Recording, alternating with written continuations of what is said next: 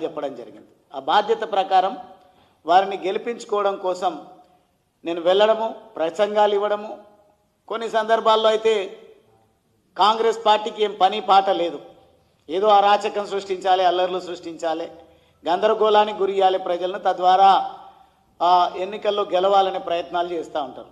ఆ వెకిలి ప్రయత్నాల కారణంగా బీకే తిరుమలాపూర్ అనే గ్రామం, అమ్రాబాద్ మండలం, బీజేపీ పార్టీ ఒకటే వార్డు సభ్యుడిగా నిలబడ్డాడు. అది కూడా వాళ్ళ ఊర్లో ఉన్నటువంటి గ్రామ శాఖ అధ్యక్షుడి పైన ఒక మహిళ నిలబడడం జరిగింది. యువ బీజేపీ కార్యకర్త వాళ్ళ తల్లి వార్డు సభ్యురాలుగా. ఆమెను గెలిపించుకోవడానికి ఒక్కడి పోయి వస్తే ఎట్లన్నా మేమందరం కూడా ఈదయ్య అని ఒక చెంచు మిత్రుడు, ఆదివాసీ తమ్ముడు బరిలో నిలబెట్టడం, వాళ్ళకు వ్యతిరేకంగా ఎవరైనా నిలబడాలంటే కూడా భయభ్రాంతులకు గురి చేస్తున్నారు.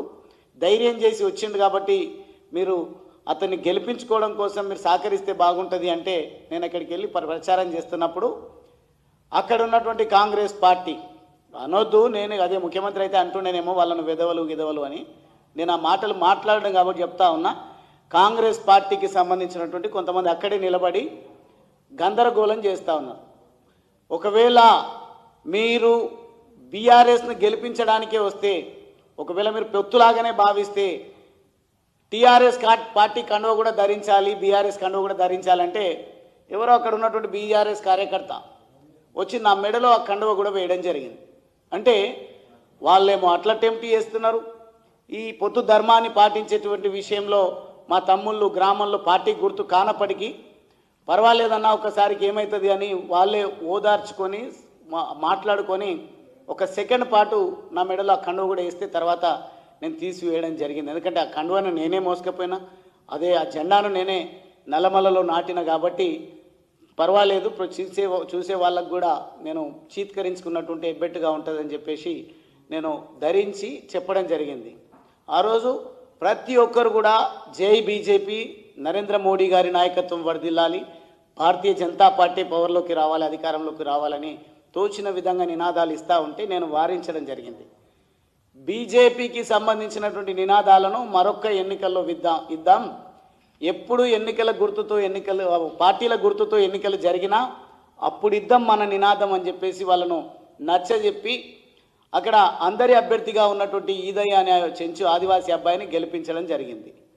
ఆ రోజు నాలాగా ఒక గ్రామం కాదు, నన్ను ఎక్కడికి పిలిస్తే అక్కడ నేను వెళ్ళి ఆ భారతీయ జనతా పార్టీకి అభ్యంతరం లేని ప్రతి దగ్గరికి వెళ్ళి నన్ను అనుకరించి నడిచినటువంటి యువ మిత్రులు, యువ చెల్లెళ్ళు, అక్కలు, అన్నలు అందరినీ కూడా నేను గెలిపించుకోవడం జరిగింది. ఈ సామెతలు కూడా బాగోదు కానీ చెప్పక తప్పదు. ఈరోజు నిన్న జరిగినటువంటి సమావేశంలో కేటీఆర్ గారు బీజేపీకి ఎన్ని స్థానాలు వచ్చినాయి? 2. ఎడ్డిమారి గుడ్డి దెబ్బ అంటున్నారు. అంటే మొన్న జరిగినటువంటి ఎంపీ ఎన్నికల్లో ఎన్ని స్థానాలు వచ్చినాయి భారతీయ జనతా పార్టీ గుర్తుండాలి కదా కేటీఆర్ మీకు. అది ఎడ్డిమారి గుడ్డి దెబ్బనే అయితే 8 ఎట్లా వస్తాయి? ఈ స్థానిక సంస్థల ఎన్నికల్లో నాకు కృతజ్ఞత భావం ఉంది కాబట్టి, నాకు లాయల్టీ ఉంది కాబట్టి, నాకు నిబద్ధత ఉంది కాబట్టి నేను ఒక బాధ్యతగా భావించి మొన్న జరిగినటువంటి ఎన్నికల్లో కాంగ్రెస్ పార్టీ బలపరిచిన అభ్యర్థులను ఓడించండి, కాంగ్రెస్ ఇతరులను గెలిపించండి. దోకాబాజీ బీఆర్ఎస్ వాళ్ళు కూడా ఎక్కడైనా ఉంటే ప్రజలకు సంబంధాలు లేకుండా ప్రజలను ఎత్తిన చేయబెట్టి ప్రజాస్వామ్యాన్ని కూని చేసి వెనుపోటుదారులు ఎక్కడైనా ఉంటే వాళ్ళని ఓడించిందంటే నా మాటను వినుకున్నారు నా ఓటర్ మహాశయులు, నా అచ్చంపేట ప్రజలు. పూర్తిగా నేను ప్రేమతో బాధ్యతగా మనస్ఫూర్తిగా ప్రచారం చేసిన దగ్గర బీఆర్ఎస్ బలపరిచిన అభ్యర్థులను గెలుపొందించిండ్రు. నా నినాదాన్ని బట్టి, నేను ఇచ్చినటువంటి సందేశాన్ని, సంకేతాన్ని బట్టి మిగతా వాళ్ళను చిత్తుగా ఓడించారు. మేము 5 స్థానాలలో పోటీ చేసినాం.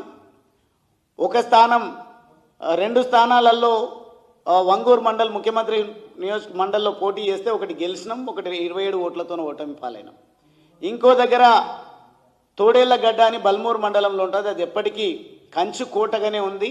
అక్కడ కారణాలు ఏవైనా ఉండొచ్చు, హిందుత్వం అనుకోండి, లేదంటే ఒక క్యారెక్టరు, వ్యక్తిత్వాన్ని పెంపొందించేటువంటి శాఖ కూడా అక్కడ నడవడమో ఏదో కారణం, కానీ ఎప్పటికీ అక్కడ భారతీయ జనతా పార్టీకే ప్రజలు, ఓటర్లు అండగా ఉంటున్నారు. పోయినసారి కూడా వాళ్ళే బీజేపీ అక్కడ నేను ఎమ్మెల్యేగా ఉన్నప్పుడు కూడా బీజేపీ సర్పంచ్గా గెలిచిండ్రు.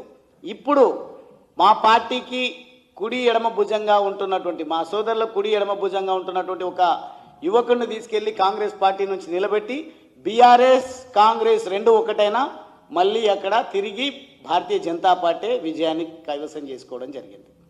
ఇవన్నీ కూడా ఎందుకు చెప్తానంటే, మీరు ఈరోజు జబ్బలు జరుచుకుంటా ఉన్నారు. ఎట్లొచ్చింది ఆ ఫలితం? మీరు ఒక్కరు కూడా అడిగే దిక్కే లేదు కదా. క్షేత్రస్థాయిలో ఉన్నటువంటి నాయకులను, కార్యకర్తలను మీరు సమన్వయకర్తగా నియమించినటువంటి వాళ్ళు కూడా పట్టించుకోలేదు కదా. మీరు పెంచి పోషించినటువంటి డబ్బులతోన భారీ బహిరంగ సభలకే ఉపయోగపడుతున్నారు తప్ప ప్రజలకు కావాల్సినటువంటి పోరాటాలు చేసేటువంటి విషయంలో మీరు కానీ, మీరు పెంచి పోషించినటువంటి నాయకత్వం కానీ ఎవరు కూడా క్షేత్రంలో లేరు. మళ్ళీ ఇప్పుడేమో వచ్చి సిగ్గు లేకుండా బీఆర్ఎస్ పార్టీ అసెంబ్లీ సమావేశాల్లో బీఏసీలో మాకు కూడా పవర్ పాయింట్ ప్రజెంటేషన్కు అవకాశం ఇవ్వండి అని మాట్లాడుతున్నారు. నేను చెప్తా ఉన్నా, పవర్ పాయింట్ ప్రజెంటేషన్లో శకం ముగిసింది. ఏమన్నా చూసుకోవాల్సి ఉంటే ప్రజాక్షేత్రంలోనే చూడాలి. అది కాంగ్రెస్ పార్టీకి తెలియజేస్తా ఉన్నా, అదేవిధంగా బీఆర్ఎస్ పార్టీకి కూడా నేను సూచన చేస్తూ ఉన్నా. మీకు దమ్ముంటే ఇప్పుడు జరుగుతూ ఉంది, బర్నింగ్ ఇష్యూ ఒకటి జరుగుతూ ఉంది. ఈరోజు కృష్ణా గోదావరి జలాలపై చర్చ అంటున్నారు. చర్చ జరగని ఒకరోజు రెండు రోజులు నామకే వాస్తే ఏదో ప్రజాధనాన్ని దుర్వినియోగం చేసి ప్రజాస్వామ్యాన్ని కూనీ చేసే విధంగా మీరు ప్రభుత్వానికి వంతబాడుతూ ఉన్నారు. ప్రభుత్వం కూడా అదే రకంగా బాధ్యత రహితంగా వ్యవహరిస్తూ ఉంది. ఈరోజు చెప్తా ఉన్నా, నేను ఒక పాలమూరు వలస కూలి బిడ్డగా తెలంగాణ ఉద్యమంలో చేరి ప్రొఫెసర్ జయశంకర్ గారు రూపొందించినటువంటి, ఎప్పటి నుంచో తెలంగాణ ఉద్యమం ఉన్నప్పటికీ టీఆర్ఎస్ పార్టీ సిద్ధాంతకర్త కూడా ప్రొఫెసర్ జయశంకర్ గారు.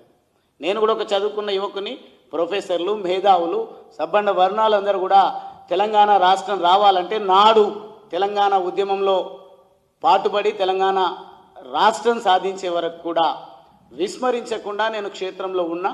తెలంగాణ రాష్ట్రం వచ్చింది కాబట్టి, అందుకే ఒక రకంగా చెప్పాలంటే ఆత్మ పరిశీలన చేసుకున్న తర్వాత ఓ బాధ్యత కలిగిన భారత పౌరుడిగా భారతదేశం ఈరోజు ఏ నాయకత్వాన్ని కోరుకుంటుంది అనేది నిశితంగా గమనించిన తర్వాత నేను భారతీయ జనతా పార్టీలో చేరిన నాటి నుండి నేటి వరకు కూడా భారతీయ జనతా పార్టీని పెంచడం కోసం, భారతీయ భావాన్ని విస్తృతంగా ప్రజల్లోకి తీసుకుపోవడం కోసం నా వంతు ప్రయత్నం చేస్తూ ఉన్నా. ఫలితం వచ్చినప్పుడు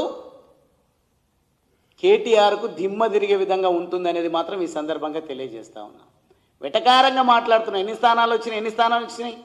గుండు సున్నా వచ్చింది కదా మీకు పార్లమెంట్ ఎన్నికల్లో. భవిష్యత్తు కూడా నీ రాజకీయ జీవితం అంధాకారం అవుతుంది. కేటీఆర్ ఒళ్ళు దగ్గర పెట్టుకొని మాట్లాడాలి, ఆచితూచి మాట్లాడాలి. నోటికొచ్చినట్టుగా వచ్చినటువంటి డబ్బులు ఇస్తే వచ్చేటువంటి కొన్ని ర్యాలీలకు సంబంధించిన జేసీబీలు, పూలు, వేదికలు వీటన్నింటిని చూసి పొంగిపోయి ఇష్టం వచ్చినట్టుగా నియంత్రణ కోల్పోయి మాట్లాడడం వల్ల ప్రజలకు ఒరిగేది ఏముండదు. మీకు దమ్ముంటే అదే డబ్బును ఖర్చు పెట్టండి, ప్రజా పోరాటాలు చేయండి. రూపొందిస్తా తప్పకుండా. ఒక పాలమూరు బిడ్డగా, ఒక వలస కూలి బిడ్డగా, 2 సార్లు ప్రాతినిధ్యం శాసనసభ్యుడిగా ప్రాతినిధ్యం పొందినటువంటి ఒక మాజీ శాసనసభ్యుడిగా నా వంతు పాత్ర పోషిస్తా. ఎవడికుందో కృష్ణా జలాలపైన మాట్లాడే హక్కు నిరూపిస్తా నేను మహబూబ్ నగర్ జిల్లాలో.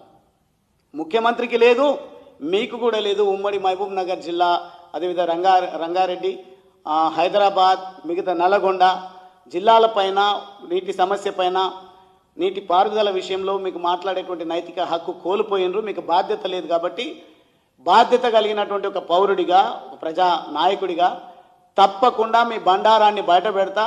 ఖచ్చితంగా భారతీయ జనతా పార్టీ కూడా ఈరోజు మేధో మదనం జరుపుతూ ఉంది. వీళ్ళ పవర్ పాయింట్ ప్రజెంటేషన్ల ఒరిగేది లేదు. నిజంగా మారాల్సింది పవర్ అనే ఆలోచనకు భారతీయ జనతా పార్టీ వచ్చింది కాబట్టి ఈ యుద్ధాన్ని మొదలు పెడతాం. ఎవడొస్తాడో ఉమ్మడి మహబూబ్ నగర్ జిల్లాకు కపట ప్రేమను ప్రదర్శించడానికి ఖచ్చితంగా ప్రజాస్వామ్యబద్ధంగా ప్రజలను సంఘటితం చేసి తన్ని తరమక తప్పదు అని ఈ సందర్భంగా తెలియజేస్తూ, బాధ్యతను మర్చి వ్యవహరించడం నిజంగానే మీడియా సోదరులకు కూడా 2 చేతులు జోడించి నేను వినమ్రంగా కోరుతా ఉన్నా. కేసీఆర్ గారు ఎన్నికైనటువంటి ప్రజాప్రతినిధి. ఆయన ఇంటి నుంచి బయటకు వార్త, అసెంబ్లీకి చేరుకుంటే వార్త, లేదంటే అసెంబ్లీ వీడి వెళ్ళిపోతే వార్త, సంతకం పెడితే వార్త. ప్రజలు ఇదే వార్తలు చదువుకోవాలి, ఇదే విషయాలు వినాలి, ఇదే చర్చ పెట్టి